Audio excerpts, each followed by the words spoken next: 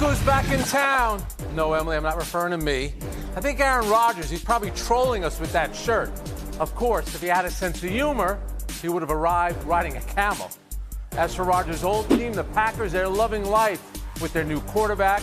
Green Bay, remember, won a playoff game last season, and now Jordan Love is about to get paid. And Bobby Witt Jr., he's feeling the impact of being a home run derby runner-up. Ouch, that hurts, right in the arm. There's going to be some pain on this show. A lot of mutes. Harry, you're getting one. Kevin Clark doesn't get one. Wow. You think you know a guy. Emily, Harry, Kevin, Bill. The substitute teacher is in town. Meanwhile, let's start here. The New York Jets. They reported to training camp this morning, and yes, Aaron Rodgers, back from Egypt, was in attendance, but there was one notable absence. Hassan Reddick, he was a no-show. Reddick, the former Eagles Pro Bowl linebacker they traded for, he's holding out for a new contract. That's right, the Jets are already in midseason form. We all know Rodgers' first year in New York didn't go as planned. He took 4 snaps, actually 5 if you include his Achilles, and now a key defensive player is unhappy. Bill, this could be Aaron Rodgers' last season. That's what he said on Part of My Take. Are you optimistic that things will get better for him and the Jets? Not with how this Hassan Reddick situation is going. I shouldn't have to give free advice to NFL general managers, Please do. But yet here I am on this show needing to do that. If you trade for a player who wants a new contract in March, and you don't give him a new contract by the time you get to training camp, he's not going to be happy. That is where the Jets are with Hassan Reddick. The Eagles were going to cut him if they didn't have a trade partner because of his salary. Jets traded a day 2 pick to acquire Reddick over the spring. They did not get a deal done. And now we are sitting here with a situation that does not need to be happening. The Jets should have resolved this months ago. And for a team that's going to win games, probably have their best shot of winning a title with an elite defense as opposed to an elite offense, Reddick needs to be there from the jump, given that he's moving to a new team, for the Jets to live up to expectations early in the season. All right, you told me about Reddick, but what about Aaron Rodgers? You have a lot of faith in him? He has only 4 snaps last year. Well, you know what? It certainly feels like he's preparing for the season appropriately by going to Egypt, trolling people with his shirt. I feel like he's focused on the right stuff heading into the start of the year. Very well done. All right, Kevin, you've been in New York for a bunch of years. It's kind of now your adopted home team. What about the Jets? Sure. Are they a mess already? They'll be better this year because Zach Wilson is thousands of miles away, so we can start there. But mean. I completely agree with Bill. The Hassan Reddick drama was always a bigger deal than the Aaron Rodgers drama of the past few months. To trade for a guy without a deal, an elite player, one of only 2 players, the other being Myles Garrett, with double-digit sacks the last 4 years, you don't get those guys in the bargain bin. If you're trading with Howie Roseman, the Eagles GM, you're normally the sucker, okay? You're not pulling a fast one on him. He wanted to get paid. We understand that. To make an offer but not have an agreement is, frankly, football malpractice. You have to understand what you're getting when you trade for a guy like that. I think this is a big deal in a season where they should be all in because, as you said, this could be Aaron Rodgers last year. I think that they really screwed this one. All right, let me ask you this. Longest playoff drought right now in the NFL. You think they make the playoffs this year? I do. As long as Rodgers plays the full season, I do. That defense is good enough. There you go. All right, Harry, what do you say about this? Hassan Reddick, Aaron Rodgers, what do you make of it? I think the Jets are still the Jets. I mean, the fact that they have bungled this Hassan Reddick thing is absolutely ridiculous because it seems pretty hard to do such a thing. Like, if we're all in agreement that he should have gotten a new contract when he got there, why are the Jets the only team that doesn't see that? But moreover, Kevin just mentioned something is the reason why I still can't buy into the Jets, and I actually don't think that they're going to make the postseason. Ooh. There are 2 massive hurdles that we are still concerned about with this team. One, you have a quarterback that is 40 years old coming off of an Achilles injury. I don't care who the guy is. That is asking a whole lot. And then 2, in front of him, you have a revamped offensive line with 3 guys that are still limited and have not gotten the reps this offseason that they thought that they were going to get together. And then if you look inside the division, you've got Buffalo and Miami. If you look outside the division, you've got Baltimore and Houston. Oh, yeah, and then Kansas City still exists. I just don't see it for this team. All right, Emily, you spent your youth in that MetLife Stadium parking lot watching the Jets. I don't know. It seems like it starts like this. It's usually not going to end well. What about what's going on with the New York Jets? So Hassan Reddick is as big of a deal as you getting snubbed by awful announcing. Frank, I'll admit that, but I don't want to lose the plot here. Yeah, I know. I'm more snubbed for you, okay? I'm snubbed for you. Where's my empathy points? I just don't want to lose the plot here. We're talking about Aaron Rodgers' potential last season, but what about Robert Saleh as a head coach or Nathaniel Hackett? Like, I want to focus on Hackett here because I don't know if anyone in football has as bad of a 2 years as him, getting fired for the Broncos after that disastrous season, and then last year leading an offense that had just 18 touchdowns. And I know he lost Rodgers and had 13 different combinations on the offensive line, but there were reports this offseason that they were trying to replace him already. So I'm curious, is this guy going to even last this season, or is someone else calling plays by midseason? Yeah. I like Aaron Rodgers in the pyramids. I like that whole vision, that's for sure. All right, meanwhile, life for Aaron Rodgers' successor in Green Bay, it keeps getting better. Jordan Love isn't practicing until he gets a new contract, but a deal, it appears, imminent. That's great news for the Packers, who beat the Cowboys in the playoffs. And remember, they had the 49ers on the ropes last January. Kevin, what type of jump are you expecting from Love and the Packers this season? It could be a Super Bowl jump. I agree that he shouldn't practice the first couple of days until a deal is done. I want to see a deal done very, very soon. I think he'll end up being the highest paid quarterback by annual salary in the NFL. He deserves that. That's just how this goes. It's not about being the best quarterback. It's about being the most recently paid one, and he will be that. But I think the leap he made last year over the second half of the season, where he was basically one of the best arms in football, deep passing, intermediate passing, understanding protections, understanding the chemistry with that young receiving core. I thought it was a really special leap. I thought Matt LaFleur did an amazing coaching job, one of the best coaching jobs we've seen in years from an offensive standpoint. They know that. Everything in the organization points to Love getting a deal done, getting the practice done. He's got real deal leverage right now, and I think he's got that. He needs to exert it, and he is, and it's going to be a huge jump this year. Harry, in your day job, you get to see young quarterbacks all the time. What do you make of Jordan Love and the Packers? I think when you see the growth that he had, given how young his receiving core was as well and how they grew alongside him, to Kevin's point, this is a guy that you absolutely have to pay. In weeks 1 through 10, he threw 14 touchdowns, 10 picks, and they were 3 and 6 in those games. In weeks 11 through 18, he threw 18 touchdowns, 1 pick, completed 70% of his passes, and they were 6 and 2. So this is a team that is on the right trajectory. I think the other thing that's going to be interesting with them is on the defensive side of the ball. They brought in Jeff Hafley from Boston College, who I can tell you, and he was on the record saying this as well, he did not like doing all the other things that came with being a college football coach. There is not going to be a more energetic coach in that locker room than Jeff Hafley, and you're going to see it come across in that defense and how aggressive they play. Emily, it's amazing, right? Timing is everything. He had a great game against Dallas. They came so close to beating the 49ers. Now he's going to strike it rich. You like what the Green Bay is doing here? Well, Frank, since you're hosting, I'm going to play the role of pessimist.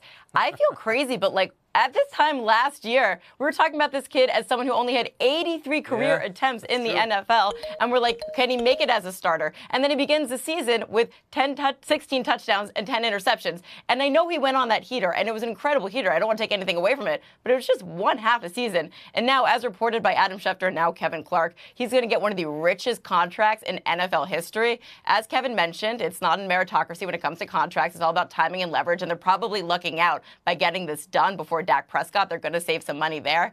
I just feel like the noise around this kid has gotten way too big. Let's just settle down the hype a little bit and let him prove this year in his second full year as a starter that he's got it before we're like, this is the second coming of Brett Favre and Aaron Rodgers in his prime. I don't think we're quite there yet. Trying to be me, you get one of those. Bill Barnwell, I know you've been sitting there waiting to jump in. What about this whole situation with Jordan Love and the Packers?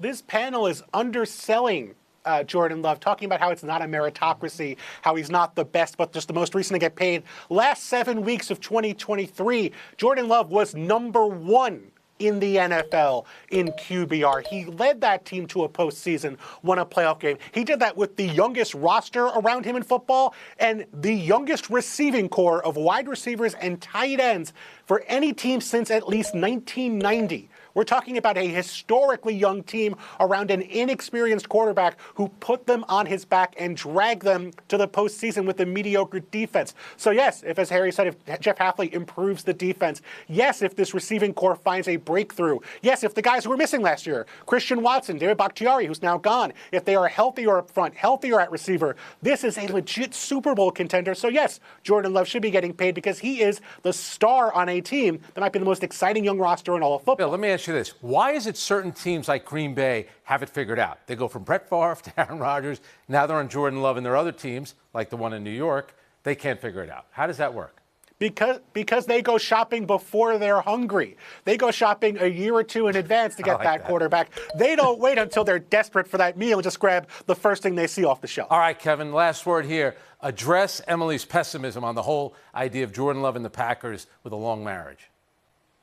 First of all, Harry, Jeff Hafley left college because he didn't want to deal with you anymore. Having said that, on the pessimism thing, Emily, I think that every single flaw Jordan Love has had, protections, understanding the blitz, all of that stuff, he's answered them in front of our eyes. If this isn't growth, I don't know what is. He has done everything asked of him. Nobody's reached the heights he has over the second half of the season last year, in the last couple of years from a young quarterback. This is development, this is coaching. By the way, Frank, why don't more teams do this? It's because the Packers don't have an owner. They don't have a crazy guy saying, we got to push this, we got to accelerate this. They get to plan ahead because they're not looking 5 feet ahead at all times. Ah, Harry, you want to respond to that?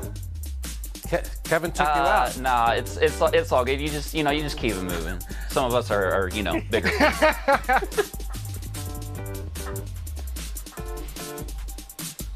Now I'm being told to go. Go. LeBron James is the one who's going. He keeps carrying the U.S. Buy or sell. Coming up next.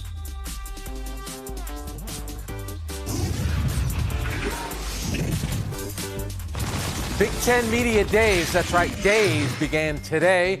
And the Oregon Ducks, they made quite an entrance. If it walks like a duck, quacks like a duck. How much did it cost to get that mascot to Indianapolis? Come on. We have 4 new schools, Oregon, UCLA, USC, and Washington. And I was just getting used to having Penn State and Maryland being in the Big Ten. All right, Harry, buy or sell the new look Big Ten? And is Oregon, with that big duck, are they your favorite? Buying it over the new look ACC, which has Cal and Stanford, that's just never going to feel right to me. At least these teams have a Rose Bowl tie. But that duck right there that you saw in that water, that's as big as the expectations as I have for that team. I think what Dan Lanning is building there is huge. Dylan Gabriel and everything that he has done in his career, he's one of the toughest players, honestly, that I have watched in person over the last 4 years, whether he was at UCF or winning the Red River rivalry last year with Oklahoma. But I think the person under the most pressure this year is Ryan Day, because Ohio State has the most talented roster on paper, and he has 3 consecutive losses to Michigan. He's got to change that this year. That is a college football breakdown. Kevin Clark, what do you say? The Big Ten champion this year is going to be Ohio State. Okay, this is modern college football. 2 motivated fan bases. Phil Knight wants to give NIL to Oregon to win national championship, and there's a lot of rich people in Ohio who are tired of losing to Michigan, and they're giving money to stop it. Instant impact transfers. Will Howard, the quarterback from Kansas State. Caleb Downs, defensive back from Alabama. Judkins, the running back from Ole Miss. These are day 1 stars. You add that, Jeremiah Smith from South Florida, one of the best recruits in years at wide receiver, who's going to be ready to play as a true freshman. This is instant impact stuff. They are both playoff teams. Ohio State gets you. He thinks we're on Ohio State television. Bill Barnway, what do you have? I'm also leaning Ohio State here because their only real competition in the last few years has been Michigan. They're 40-0 against the rest of the Big Ten. Michigan aside, the biggest blocks getting in the way are gone. Jim Harbaugh is in Los Angeles with the Chargers.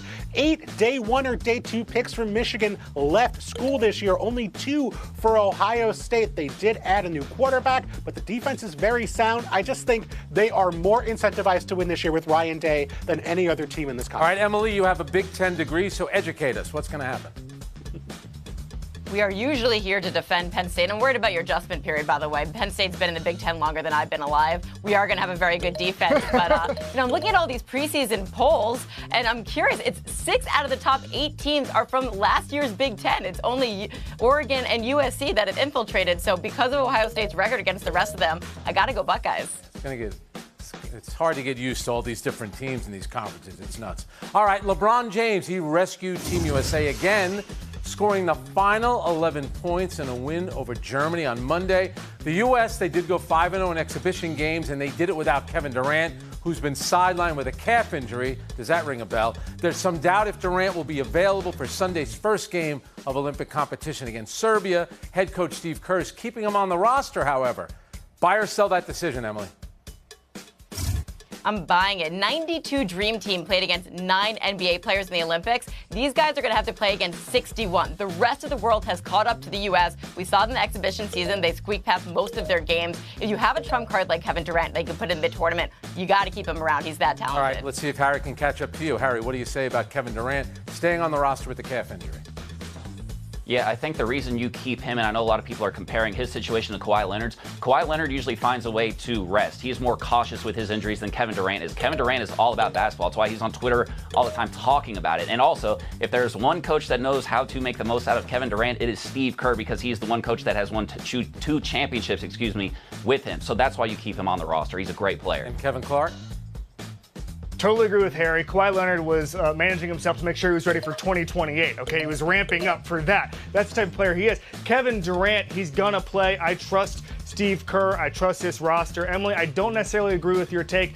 Germany, that's a good excuse. They have NBA players. That's not why you would play a close game against South Sudan. I'm worried about this roster, but once Kevin Durant gets here, everything will be fine. I trust Steve Kerr. All right, Bill, the last time we heard about Kevin Durant with a calf injury, Steve Kerr was his coach. It didn't work out so well. What do you make of this? I want to contrast what's being said here. We're contrasting Kevin Durant as the guy who cares about basketball with Kawhi Leonard. Kawhi Leonard is the guy who's not singularly focused and obsessed with basketball. That seems shocking to me that we would be making that comparison. Kawhi Leonard is obsessed with basketball, and the issue here is not it's not obsession; it's health. Kawhi Leonard was not able to play. They brought in Derek White, and Derek White's played a meaningful role in the rotation here. What KD injury and KD not coming off this team tells me is that they don't have a replacement waiting. They don't have a guy off this roster they're confident in, so they are desperate for KD to come back because there's no real alternative waiting if KD's not able to play. Kevin was making a lot of faces while you were talking, Bill. Kevin, what's the problem? Kawhi Leonard has missed a lot of games, Bill. That's what we're talking about. We're not doubting that he likes basketball. They all like basketball. We're just talking about the load management part of it, of which Kawhi has partook in, let's say, the last few years. And I like baseball, so let's move on. Bobby Witt Jr.'s bid for the cycle took a nasty turn when he took a pitch from Humberto Castellanos off the arm in the 6th inning. Of course, the Royals retaliate, and afterwards they accuse the Diamondbacks of intentionally throwing at Witt, but Arizona manager Torey Lovullo wasn't having it. Take a listen. If you think in your right mind that I was going to ask our team or my team to hit the future of Major League Baseball, one of the best players in Major League Baseball, you're crazy. All right, Kevin, so in your right mind, do you buy or sell Lovullo here? I am buying the Diamondbacks explanation. First of all, Witt had another chance to hit for the cycle in the 8th inning. He flew out, didn't get it. But I just think this was unintentional. I don't think they were trying anything. It didn't look like an actual plunking here. It was just the mechanics of it were a little bit different. I don't think there was any reason to do it. I'm buying what the D-backs are selling here. All right, Bill, you've been throwing brush bat pitches all day long. What about this? I buy Lovullo's explanation. No one ever talks about the cycle being a thing you try to avoid by hitting a player with. If anything, we should be talking about the retaliation here. When Schreiber got hit the inning after, with 2 outs at the end of the inning, very clearly a retaliation, very clearly the sort of beanball wars that MLB has told managers like Lovullo to avoid. Emily Kaplan? I'm buying that the manager understands the assignment. Baseball needs to protect his stars. However, that doesn't mean that his pitcher didn't go rogue here. He's the one with the arm. He's the one that threw it. And Harry Lyles. I'm buying the explanation, and I'm also buying that he has a reputation for being outward in terms of being against intentionally hitting batters, and I'm also buying that it is an attitude that other managers and players around the league need to take as well. Unfortunately, I have to throw Kevin and Harry out. Look what we're left with. Bill, he's been on fire this morning. And of course, Emily's heading for Paris soon, so we got to get going through this. We'll be right back. Age is just a number for Derrick Henry, and so is 1,000 rushing yards. Henry, now with the Ravens, believes he'll join that small fraternity of running backs who gained at least 1,000 yards after turning 30. The other 3 over the last decade, that's Adrian Peterson, Frank Gore, Raheem Mostert. Do you like Henry's chances, Bill? I do, because he's not going to be hit as early. Last year, 48% of the time hit in the backfield, 5th highest rate for any back in football. That's not going to happen with the Ravens. I feel like I got hit a lot this year. Emily, what do you have? I don't know if he's going to get 1,000. I think he's going to have a productive season. He also said, though, that wear and tear is a state of mind. And I do think that I'm living proof of that. Think of how many punches I've had over you from the years, Frank, and here I am still thriving. So true. And Bill was handing out a lot of punches. We'll split the point on that one. Showdown 2, a new look for Joe Burrow at Bengals camp today. Look at this, a blonde buzz cut, pretty aggressive. Emily, how should fans feel about this and the Bengals' fortunes this season? Well, a good quarterback knows how to read the room, and this is clearly a guy that knows how to code switch. I saw him at the Vogue fashion show in Paris. Looked a lot sleeker. This is a look for Southern Ohio. Bill? Burrow's going through a quarter-life crisis. He talked about being forgotten, his football mortality. I don't know what it's like to change your haircut for about 15 years now, but he changed his haircut. It feels like he's all in to change things after last season. Let's see. She did mention Paris. He was in Paris. She's going to Paris. Bon voyage, I think they say. Take the win. Parlez-vous français, Emily Kaplan? Merci beaucoup. I'd like to talk about some very smart comments today by Emma Hayes, the new U.S. women's football manager, formerly of my beloved Chelsea. And she said, I think the way we're talking is not right about when we get to Paris, we're going to make the semis or the finals. The rest of the world has developed, and it's been disrespectful for the rest of the world to talk like that. I think that is a lesson in humility that the rest of us can take from. And I think the same thing goes for the U.S. men's basketball team. As I said earlier, the rest of the world's caught up with us. We got to, keep our game up. Yeah, well, remember, it was Canada that won the last Olympics, so the U.S. has a lot to prove. We got bounced out of the World Cup as well. Emily, safe travels. What are you covering over there? Hockey? News, whatever that means. That's called general assignment. Have a Hockey. good. I'll tell you what, nothing better than covering the Olympics. By the way, tomorrow, we're going to have an actual panelist that finished in the top 10. Guess what? It's not me. Have fun tomorrow.